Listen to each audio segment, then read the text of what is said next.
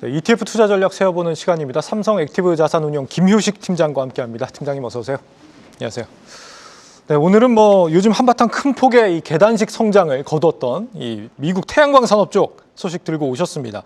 트럼프 주니어가 현재 지금 방한 중인데 한화 김동관 부회장 만난 걸로 알려지고 있죠. 태양광과 조선 분야에서 협업 기대감 높아지고 있는 상황인데 오늘 이제 한화솔루션 살짝 조정을 받고 있기 때문에 이럴 때 한번 짚어보는 게 의미가 있을 것 같습니다.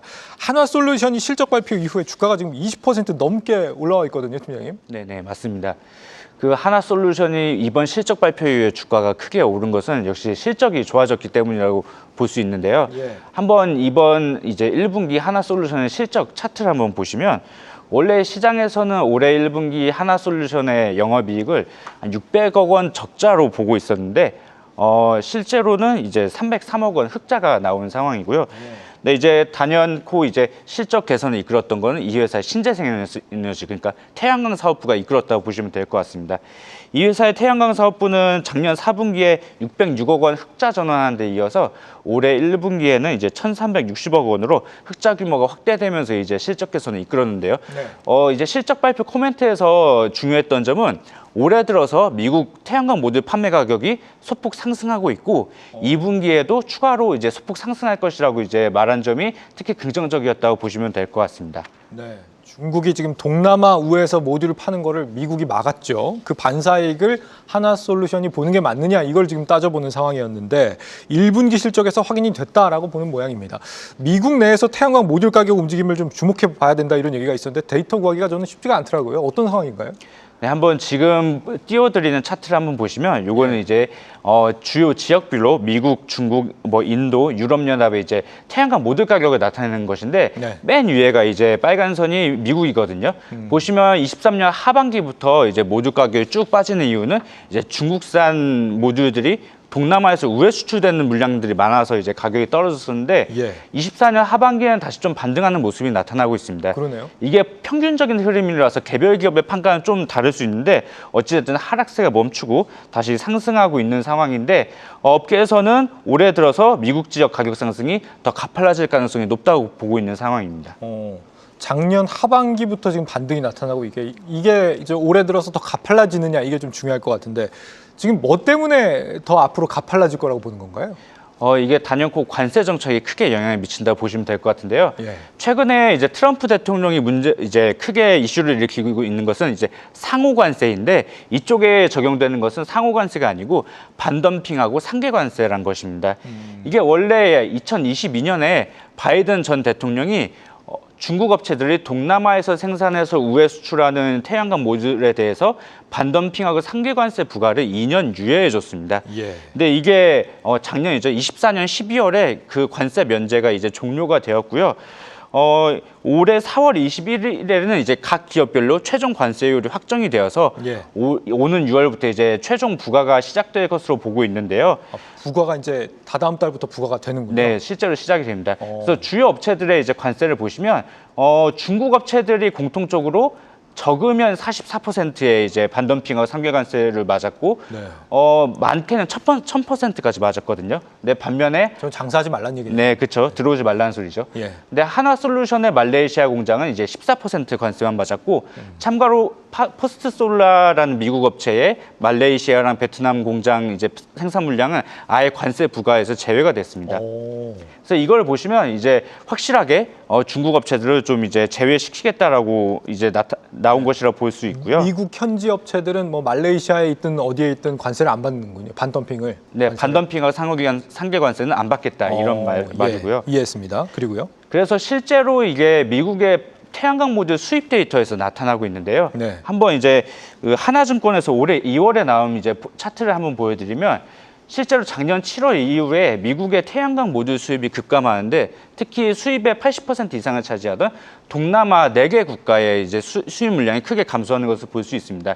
이게 작년 12월 이후로 이제 설치가 완료되는 물량들은 그 이전에 수입했더라도 상대 이제 관세를 소급 적용을 받거든요. 그러니까 작년 12월까지 대부분 설치를 끝냈어야 되는 상황이라 올 연초에는 미국 내 이제 과잉 모듈 재고가 대부분 좀 정리가 되었다는 게 업계 관측입니다. 그러니까 올해 내에는 뭐 새로 수출을 하더라도 이 6월부터 적용되는 관세에 소급 적용을 받는다 이게. 그렇죠. 네, 작년 12월 이후로 수입하는 거는 이제 소급 적용을 받고 그 이전에 수입했던 거라도 작년 12월까지 설치를 완료하지 않았으면 또 소급 적용을 받습니다.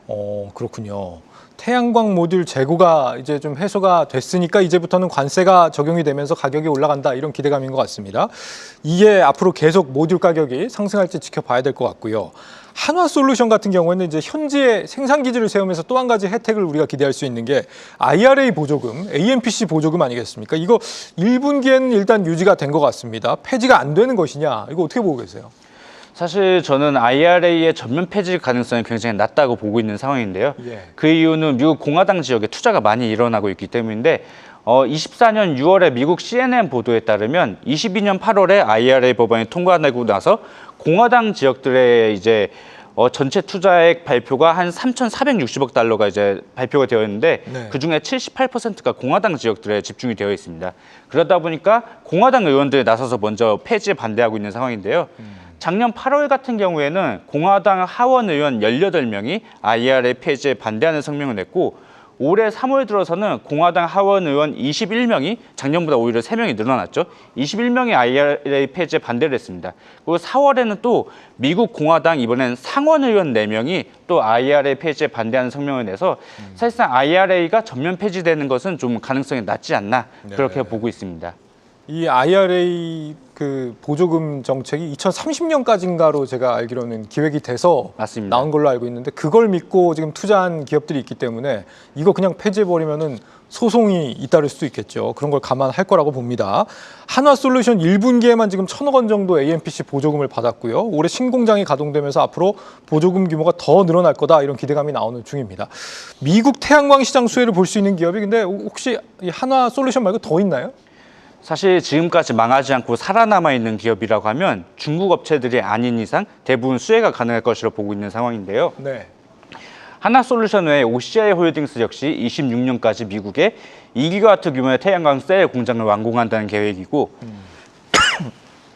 미국의 퍼스트 솔라라는 업체 역시 미국에 한창 공격적으로 증설을 하고 있기 때문에 비중국계 업체들이라면 대부분 수혜가 가능할 것이다. 이렇게 보고 있는 상황입니다. 기침 혹시 필요하시면 시원하게 하시고요. 네, 바로 그런 태양광 기업들, 이 비중국계 기업들을 동시에 투자할 수 있는 ETF가 있다는 거죠. 어떤 것들이 있습니까, ETF? 네, 크게 이제 국내 주식형과 해외 주식형으로 나눠서 볼 수 있을 것 같은데요. 일단 그 동남아에서 모듈이 못 들어오게 되면 미국 현지에서 모듈을 생산하는 한화솔루션과 퍼스트솔라 이 두 업체가 가장 수혜일 것이라 보고 있는데 그래서 한화솔루션 비중이 높은 국내 상장 ETF를 살펴보시면 패시브 ETF로는 이제 플러스 태양광엔 ESS나 타이거 FN 신재생에너지, 하나로 FN 친환경 에너지 같은 이런 태양광이나 신재생에너지 친환경 테마의 ETF들이 한화솔루션 비중이 높은 상황이라고 보시면 될 것 같고요. 그리고 또 액티브 ETF 중에서는 이제 코덱스 K 신재생에너지나 타임폴리어 K 신재생에너지 액티브가 한화솔루션 비중이 높은 ETF라고 보시면 될 것 같습니다. 한화솔루션은 저렇다. 그리고 퍼스트솔라 비중이 높은 ETF도 있습니까?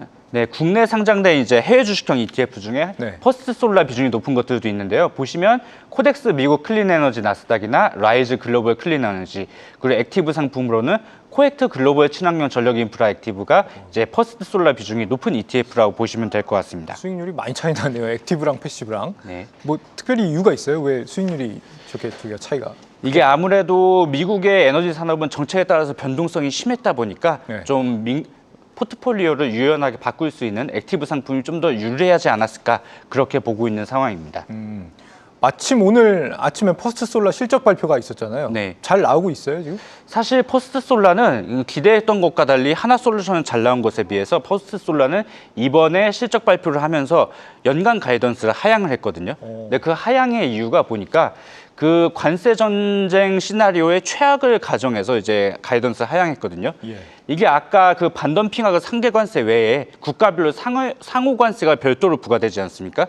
근데 지금 상호관세를 7월 9일까지 다 유예를 시켜줬는데 만약에 7월 9일 이후에 베트남이 상호관세율이 46%거든요. 예. 이게 정말로 실현될 경우 퍼스트솔라가 베트남 공장에서 생산해서 미국으로 수출하는 물량이 좀 있는데 이게 타격을 받을 수 있기 때문에 최악의 상황을 가정해서 이제 가이던스를 하향했는데 사실 이 상호관세란 게 무역 협상에 따라서 없어질 수도 있고 완화될 수 있는 거기 때문에 회사가 이제 보수적으로 가이던스 제시했지만 최악의 상황은 면할 가능성이 높다라고 저는 보고 있습니다. 지금 뭐 베트남 F-16 전투기인가요? 그거 도입하면은 관세를 좀 면제해 줄 것 같은 그런 분위기던데. 그렇죠. 이 퍼스트솔라의 실적하고 베트남의 F-16 도입하는 거하고 또 이렇게 맞물릴 수 있겠네요. 그 부분까지 유념해서 봐야 될 것 같습니다. 네, 여기까지 듣죠. 삼성액티브 자산운용 김효식 팀장과 함께했습니다. 팀장님 말씀 잘 들었습니다. 계속해서 다양한 경제 이슈를 알고 싶다면 구독과 좋아요, 알림 설정 부탁드립니다. AI 캐스터 권미정이었습니다.